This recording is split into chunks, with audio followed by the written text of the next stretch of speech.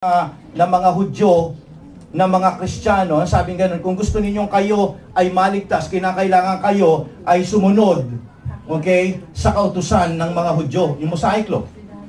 Kinakailangan daw, paghaluin daw yun. Kasi, kunyari, kayo nga, mga hintil na kayo. Kami nga, mga Hudyo, sumusunod kami.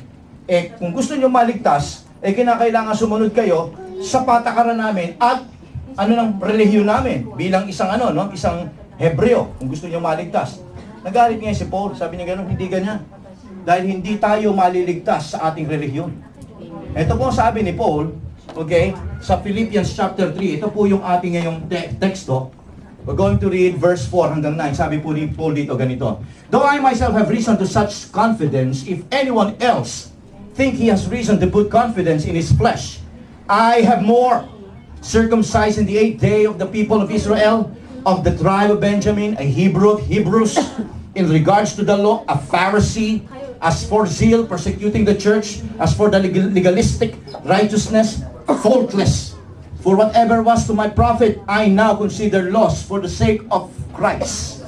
Sabi po rito ni Pablo ganito, gusto kong patunayan sa inyo na walang halaga ang relihiyon kung kayo ay susunod sa kautusan ng Mosaic Law, hindi pa rin kayo ligtas. Bakit? Sapagkat kung ako nga, sabi niya gano'n, matatawag kong ako ang Hudyo o Hebrew ng lahat ng mga Hebreo ng mga Hebreo.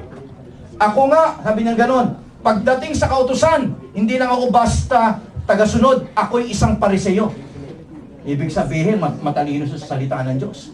At pagdating naman sa pagsunod, sabi niya gano'n, sa zealousness, gusto kong paunawa sa inyo, marami akong pinapatay. Alang-alang, okay, sa aking pananampalataya at relihiyon.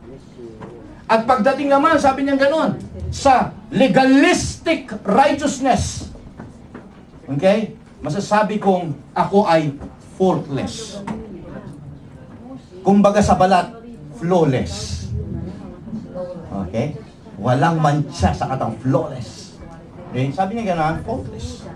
And yet, sabi ni Paul, gusto ko maunawaan ninyo, itong bagay na ito ay baliwala sa akin sapagkat ang relihiyon o yung pagsunod sa kautusan, pagsunod sa mga bagay-bagay na pinagkasunduan para mabuo ang isang relihiyon, lalo na kung kahit pa kayo ang pinili ng Diyos at yan ay binigay ni Moses, binigay ng Diyos kay Moses at inyo sinusunod, sabi niya gano'n, gusto ko maunawaan po ninyo, sabi ni Pablo, na yan ay baliwala sa ginawa ng ating Panginoong Hesus.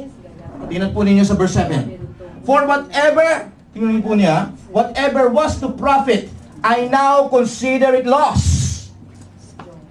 I mean, di ba? Pagka sinabi mong isang tao mukhang banal, relihiyoso, di ba? Parang profitable yan, di ba?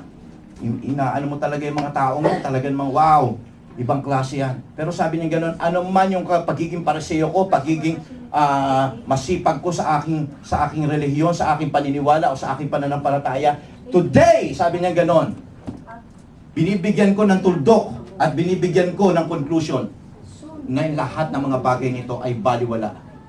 Why? Sabi niya gano'n, because all of this, sabi niya, I now consider loss for the sake of Christ. Iniwan ko na ito. Para sabihin niya, para ipakita niya doon sa mga tao na huwag kayong sumunod dyan.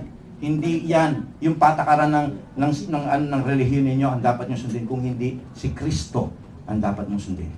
Tuloy po natin hanggang 7 and 8. Sabi niya, "What is more, I consider everything a loss compared to the surpassing greatness of knowing Christ my Lord." Sabi niya ganon, isang bagay lang ang ginawa ko, sabi niya ganon.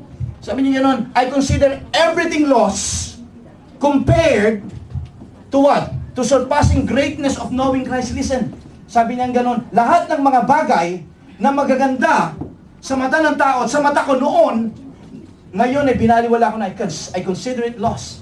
Sabi nga nun, just for the gusto ko lang, dahil sa gusto kong ma-attain yung pagkilala ko sa aking Panginoong Hesukristo.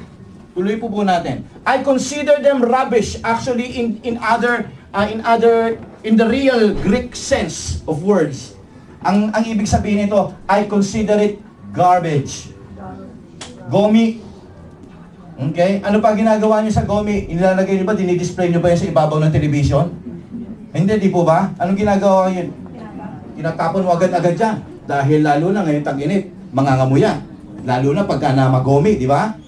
Sabi ng salita ng Diyos, Okay? I consider it, Rabbi, sabi ni Pablo, para sa akin, basura yan. Gomi yan. Okay? That I may gain Christ and be found in Him, not having a righteousness of my own that comes from the law, but that which is through faith in Christ, the righteousness that comes from God and by faith. Now listen, mga kapatid ko, ito po yung ang inaano ngayon ni Pablo. Sabi niya gano'n, napaka-importante para sa akin ang makilala ko ang Panginoong Jesucristo. Kaya nga iniwan ko lahat yan, alang sa makilala ko lang si Kristo. Okay? Mga anak ng Diyos, ano pa bang hindi mo maiwan-iwan para nagiging dahilan para hindi mo makilala si Kristo? At dito po ako tinapos po ni Pablo sa 10 and 11 at dito po fokusan natin ang ating mensahe. Sabi po niya sa verse 10 and verse 11. Pareho lang, Philippians chapter 3, na iba lang ng konti yung ano. Okay? Sabi po rito, I want to know Christ. Again, he insisted the very purpose of his life. I want to know Christ. And I want to know the power of His resurrection. And the fellowship of sharing in His suffering, becoming like Him in His death, and so somehow to attain to the resurrection from the dead. Sabi po rito ni Pablo, he was like saying, lahat ng mga bagay ay importante, pero para sa akin, ang mga bagay na ito, okay, knowing Christ is my purpose, my plan in this life since I became a Christian. Since I became a follower of the Lord Jesus Christ, my purpose is to what? To seek Him and to know Him. At hindi lang yun, hindi siya tumigil lang doon. No? Sabi niya ron, alam niyo, my driving force din ay yung mas lalo ko pang makilala yung kapangyarihan ng kanyang muling pagkabuhay. Yan, pagpupusin natin ngayon.